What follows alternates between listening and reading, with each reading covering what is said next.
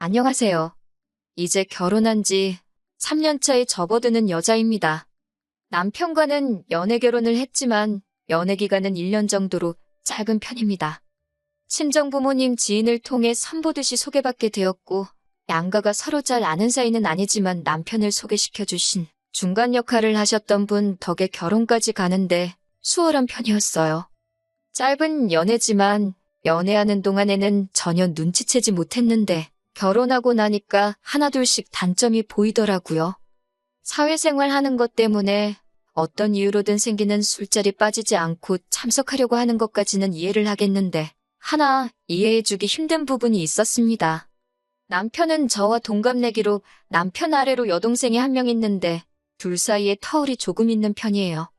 시부모님께서 맞벌이 부부셨고 두 분 다 회사를 다니고 계셨고 야근이 굉장히 많은 회사였기 때문에 남편이 학교 끝나고 와서 신우를 돌봐주고 했었다네요.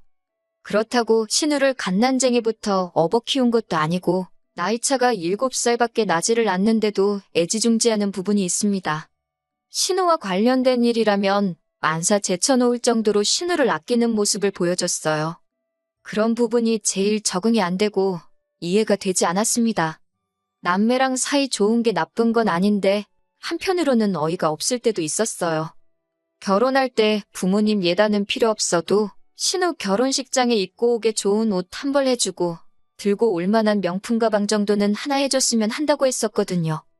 당시 신우가 대학 졸업반이라서 겸사겸사해서 새언니가 좋은 선물 해주면 결혼 후에도 신우가 저를 잘 따르지 않겠냐는 듯이 빙둘러서 말한 적이 있는데 결혼 후에 신우한테 하는 거 보니 그냥 신우한테 뭐 하나 해주고 싶어서 그랬구나 하는 생각이 들었어요. 신혼 때는 눈치를 전혀 채지는 못했는데 언젠가 제가 엿들으려고 한 건 아니지만 남편과 신우가 통화하는 내용을 듣게 된 적이 있습니다. 대충 들으니 월급날이 되면 용돈을 보내주겠네 어쩌겠네 하는 내용이었어요.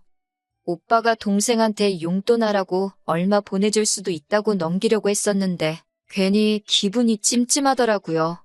안 좋은 예감은 틀리는 적이 없다고 했나요? 남편이 신우한테 주기적으로 용돈이라고 하기에는 꽤나 큰 금액을 보내주고 있었다는 사실을 알게 되었습니다. 남편 벌이가 좋은 편이기는 하지만 그냥 넘어가기에는 동생 용돈하라고 보내주는 돈이 100만 원 단위가 넘어가는 돈이었어요. 처음에는 조금 지나친 거 아니냐고 좋게 말하고 넘어갔는데 그때 한 번만이 아니고 계속 저를 속이면서 신우한테 몰래몰래 돈을 보내주고 있다가 또 한 번 저에게 들켜버렸습니다. 그러고 싶지는 않았는데 자꾸 현금 인출까지 해가면서 신우한테 경제적 지원을 해주고 있어서 보다 못한 제가 돈 관리를 하기로 하고 경제권을 뺏어가게 만들었네요. 자랑은 아니지만 친정부모님께서 경제적으로 많이 여유로운 편입니다. 빌딩이라고 하기는 뭐하지만 서울에 인접한 경기도권 구도심에 적당한 상가 건물 하나를 가지고 계세요. 구도심이긴 하지만 대중교통도 잘 되어 있고 인구 밀집이 되어 있는 상권에 위치해 있다 보니 월세로 들어오는 돈만 해도 꽤나 수입이 좋은 편입니다. 저는 부모님 건물하고 상관없이 공부해서 전공 살려 취직해 회사를 다니고 있어요. 월 수입은 남편하고 비교해서 제가 많이 모자란 편이지만 친정에서 워낙에 지원을 잘 해주신 덕분에 팔려가듯 한 결혼도 아니었습니다. 결혼하면서 다른 건 몰라도 각자 번 돈에서 생활비하고 적금 똑같이 각출하고 나머지 돈은 알아서 각자 관리를 하기로 했었거든요. 그런데 남편은 생활비랑 적금할 돈 똑같이 내고 남는 돈은 잔액이 남아도 되지 않을 정도로 지 멋대로 써도 되는 거라고 생각했었나 봅니다. 시부모님께 생활비를 보태드리던지 신우한테 용돈 챙겨주는 것 정도야 당연히 할 수 있는 일이라고 생각했지만 자기 여유자금 하나도 남기지 않고 생활비 내고 나서 가족들한테 탈탈 털어서 가져다 바치니 제 입장에서는 그 사실을 알게 되었을 때 정말 미치고 팔짝 뛸 노릇이었지요. 가끔씩 밥하기 귀찮아서 배달 음식을 시켜 먹거나 어디 나가서 외식을 하자고 해도 돈 아깝게 뭐 하는 거냐 따지던 게 경제관념이 철저하고 알뜰한 성격이라고 생각했는데 돈을 아끼려고 했던 이유가 뭔지도 알겠고 모든 게 저 모르게 몰래 했던 거다 보니 실망이 컸어요. 아무튼 제가 경제권을 움켜쥐고 나니 그 후에는 남편도 어떻게 신우에게 돈을 보내지는 못했습니다. 시부모님 용돈은 제가 알아서 잘 챙겨드렸고, 신우한테는 일절 돈 한 푼도 가지 못하게 했었어요. 신우한테 어떻게든 잘 해주고 싶어서 이 핑계 저 핑계 대면서 사회생활하려면 현금도 어느 정도 있어야 한다며 자기 용돈을 더 타가려고 했지만 남편 지출은 무조건 제가 만들어준 신용카드를 쓰도록 만들어놨어요. 가끔씩 온라인 쇼핑으로 결제되는 거 보면 신우한테 몰래 뭐 사주고 있다는 것과 시부모님 용돈으로 드린 돈의 일부가 시부모님을 통해서 일부 신우에게 조금씩 보내지고 있다는 사실은 눈치채고 있었지만 그것까지는 뭐라고 하지는 않았습니다. 그것까지 못하게 하면 저랑 신우 관계도 이상해질 테고 경우에 따라서는 이 상황에 저와 시부모님 간의 갈등도 만들 수 있다고 생각했거든요. 아무튼 유도리 있게 제가 잘 조율해가면서 돈 관리를 해왔기 때문에 넘어갈 건 넘어가주고 하면서 원만한 결혼 생활을 유지하고 있었습니다. 그러다 작년 여름쯤에서 제가 다니는 회사 상황이 조금씩 안 좋아지기 시작했어요. 한참 거리두기 하던 시절이라서 여타 다른 규모 작은 회사들처럼 인원 감축도 있었고 여러 가지로 어려운 상황이었습니다. 저 또한 그 타격을 피해갈 수가 없었어요. 회사에서 정리해고 이야기가 나오고 있고 여러모로 스트레스를 많이 받고 있었습니다. 그걸 지켜본 친정부모님께서 저한테 제안을 하나 해오셨어요. 부모님 건물 상가 1층 자리에 아주 작은 상가이긴 한데 공실이 생기게 되었다면서 저보고 그 상가에다가 가게 하나 차려서 해볼 생각이 없냐고 물어오셨습니다. 이야기를 들어보니 그 자리에서 원래 장사하던 분은 어떻게 일이 잘 풀려서 그 자리에서 번 돈을 가지고 근처에 더 큰 상가로 이전을 하게 되었다는 거예요. 자리도 대로변에 위치한 데다가 유동인구도 많은 지역이다 보니 뭘 해도 지금 회사에서 버는 것보다 훨씬 잘 벌 거라고 하시더라고요. 저도 회사에서 받는 스트레스가 이만저만이 아니었다 보니 혹하긴 했습니다. 그런데 평생 회사 일만 해온 제가 아무리 자리가 좋다고 해도 어디부터 무엇을 해야 할지 도무지 감도 잡히지 않더라고요. 그러다 남편이 자기 지인의 지인 중에 작은 상가 건물 같은 곳에 사업하는 거 컨설팅을 해주는 사람이 있다고, 그 사람이 아주 마이다스의 손이라고 하면서 그 사람 도움받은 사람 중에 잘 안 된 사람 찾는 게 더 힘들다고 하더라고요. 그리고 저보고 혹시 관심 있으면 지인의 지인 통해서 다리를 한번 놓아주겠다고 했어요. 아무것도 모르는 제가 맨땅에 헤딩하는 것보다 전문가의 도움을 받는 것도 나쁘지 않겠다는 생각이 들었고 만나서 손해볼 것도 없다고 생각했으니 남편한테 부탁해서 어렵게 자리를 만들었습니다. 그리고 그 컨설팅 해주는 사람을 만났어요.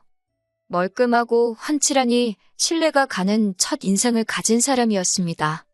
그런데 몇 번 도움을 받으며 만나고 있는데 첫 인상만큼 신뢰할 만한 사람이 아니라는 느낌을 받았습니다. 해주는 이야기는 전부 다 제가 조금만 인터넷 검색을 해보면 나오는 이야기들 뿐이고 오히려 컨설팅을 빌미로 자꾸 둘이서 어디 분위기 좋은 곳에 가서 식사나 한번 하자는 둥. 다른 사업하는 사람들은 어떻게 하고 있는지 답사 다녀오는 거라 핑계를 대면서 제사보다 제밥에 관심 있어 보이는 게 너무 티가 나더라고요.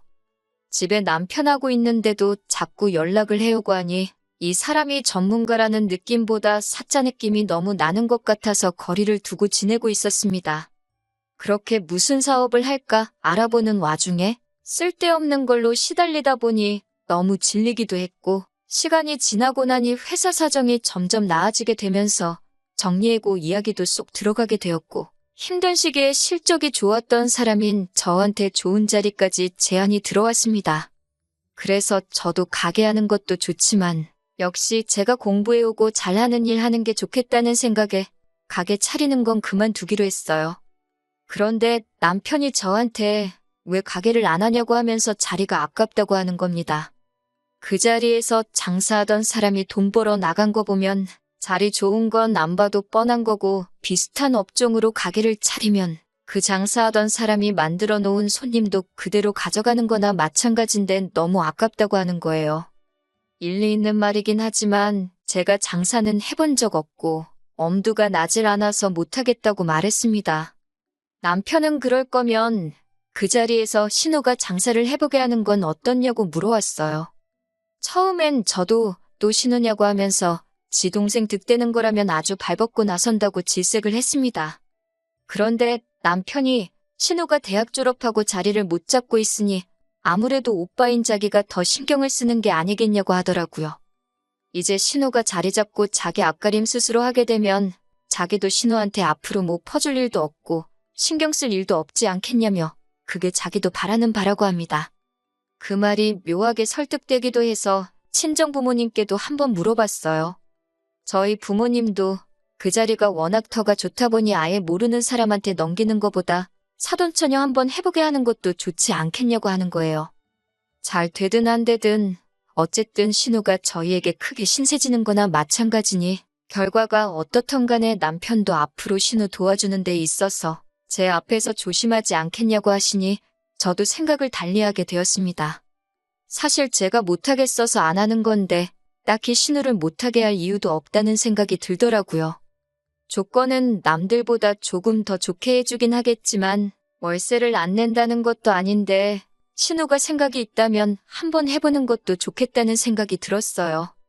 어차피 신우가 못하겠다고 떨어져 나가도 친정 부모님께서 딱히 손해보시는 건 없는 거나 마찬가지였으니까요.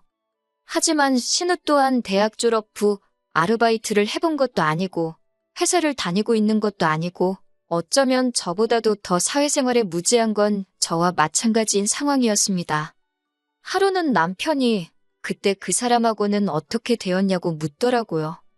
그러면서 대뜸 신우가 도움이 필요할 테니 신우 보고 그 사람을 한번 만나보게 하는 게 좋지 않겠냐고 물어보는 겁니다. 저는 그 사람이 저한테 한 짓들에 대해서는 괜히 남편의 지인 그리고 그 지인의 지인까지 엮인 상황에 여러 사람 불편한 관계 만들고 싶지 않아서 저 혼자 쉬쉬하고 모르는 척 하고 있었거든요. 그런데 그런 사람을 신우에게 소개시켜줘야 한다니 아무리 제가 싫어하는 신우라고 해도 내키지가 않더라고요. 그런데 남편이 저보고 말도 안 되는 소리를 하고 있다고 하는 겁니다. 그 사람이 가정도 있는 사람이고 어떻게 자기 도움받은 사람들 잘 되게 해주고 싶어서 노력한 걸 제가 너무 과민 반응을 했다고 하는 거예요. 사업을 안 한다고 한 것도 고작 그것 때문이었냐면서 어이가 없다고 하더라고요. 돈도 잘 벌고 가정도 있는 양반이 뭐가 아쉬워서 저 같은 아줌마한테 꼬리를 치겠냐고 하면서 말입니다. 저 같은 아줌마라니 아무리 그래도 자기 와이프한테 할 말은 아니지 않나요? 저도 모르게 욱하더라고요.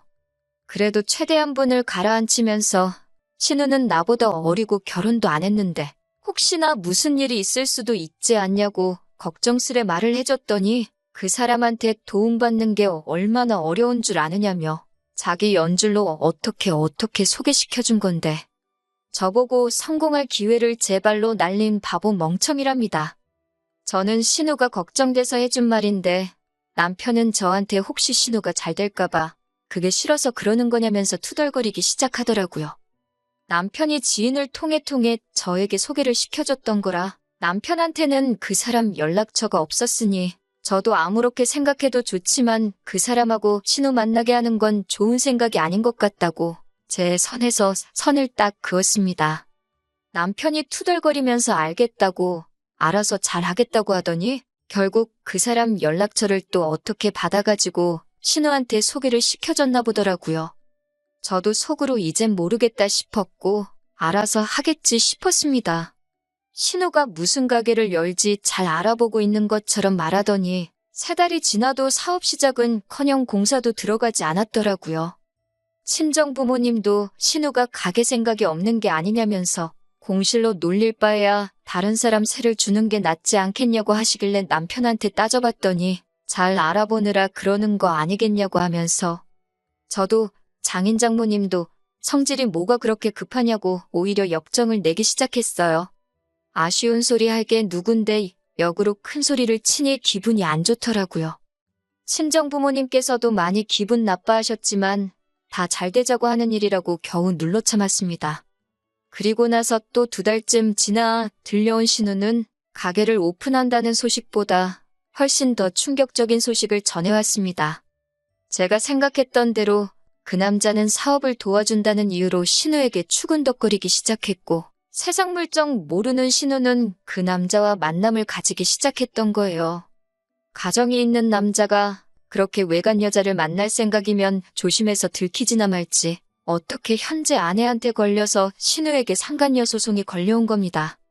뭐 대단한 일 한다고 한 건지 그 남자 핸드폰으로 대놓고 호텔 들락거린 증거까지 시키지도 않았는데 지들끼리 알아서 찍어댄 바람에 그 남자 집구석은 완전히 파탄이 나버리고 이혼 소송까지 걸린 상황이라 하더군요.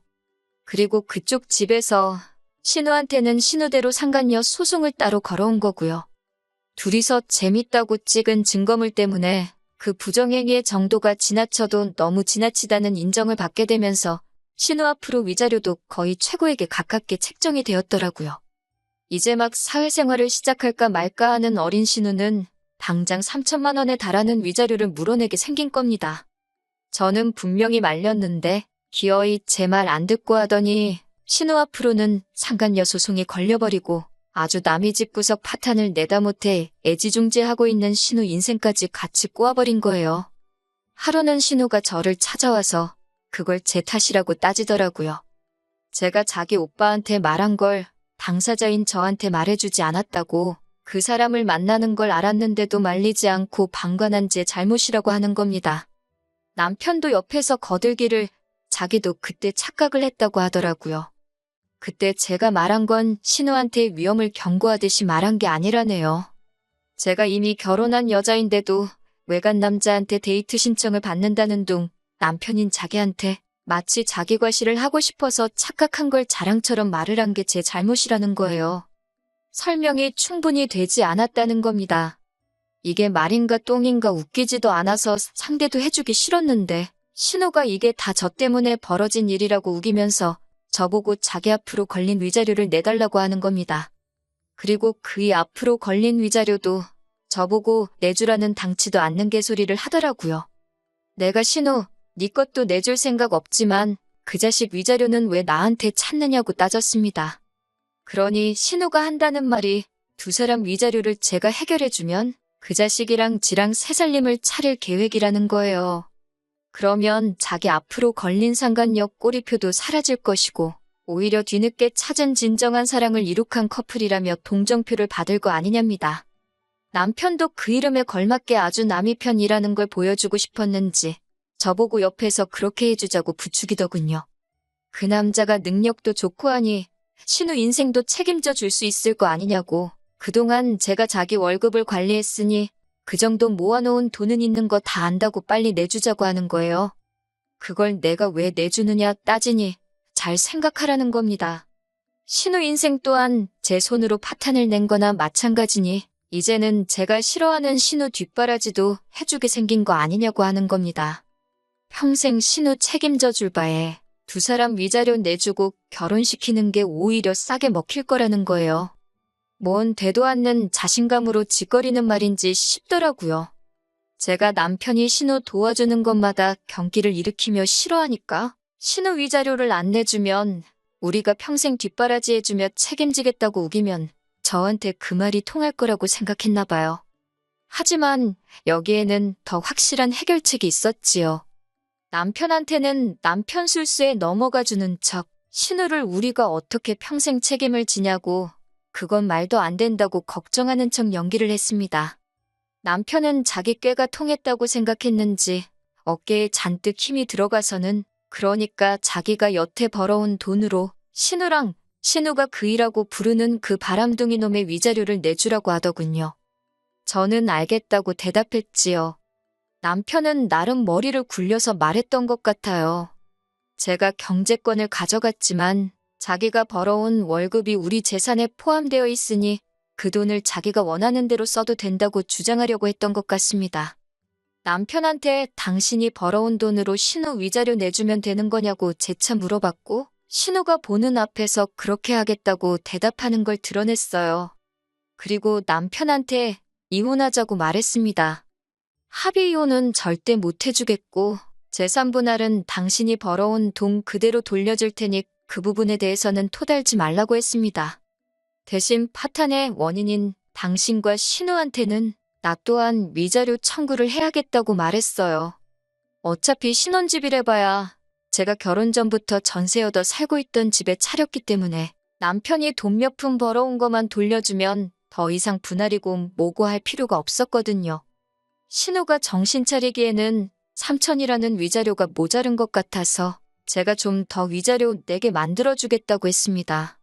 막상 소송 끝나고 보니 결혼 기간도 짧고 해서 신우한테는 위자료 500밖에 뜯어내지 못했지만 충분히 참교육이 되었다고 생각해요.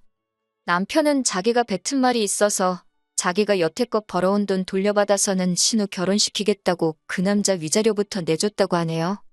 남편도 저한테 위자료 줘야 할 게 있고 모아놓은 돈이 그것 전부 다 내주고 나올 만큼 많지도 않아서 신우 위자료는 그쪽 집에 분할로 내주기로 했답니다. 그런데 웃긴 건 그 남편이 위자료 내주자마자 신우는 상대도 해주지 않고 다른 여자를 만나고 다닌다고 하는 것 같더군요. 하기야, 가정이 있을 때에도 그렇게 여기저기 추파를 던지고 다녔는데 이혼하고 자유의 몸이 되었는데 뭣도 없는 신우가 눈에 들어오겠어요? 사업 상담한다고 돈 좀 모아놓은 사람들 만난다고 사회생활 시작도 전에 소송 위자료로 빚더미에 앉아있는 신우는 그렇게 소박맞고 그 남자한테도 처참히 버려지고 말았다네요. 욕심이 험하니 벌을 받은 거라고 생각해요. 남편은 이제 평생 애지중지하는 신우 뒷바라지 해주면서 살아야 하니 어떻게 보면 제가 소원 성취해준 거나 마찬가지네요. 아직 자기 빚에 신우 남은 위자료까지 내주려면 2년은 꼬박 돈 한 푼도 쓰지 않고 모아야 할 텐데 신우 뒷바라지 해주면서 그 일을 할 수 있을지 싶네요. 저렇게 된 거 보니 너무 후련하고 한편으로는 처음에 신우한테 돈 가져다 바치고 그럴 때 진작에 이혼을 했을 거라는 후회도 살짝 남네요. 지난 일 후회해서 뭐 하겠어요. 후회할 시간에 이제 제 앞에 펼쳐질 새로운 날들을 위해서 더 노력하는 사람이 되어야겠습니다.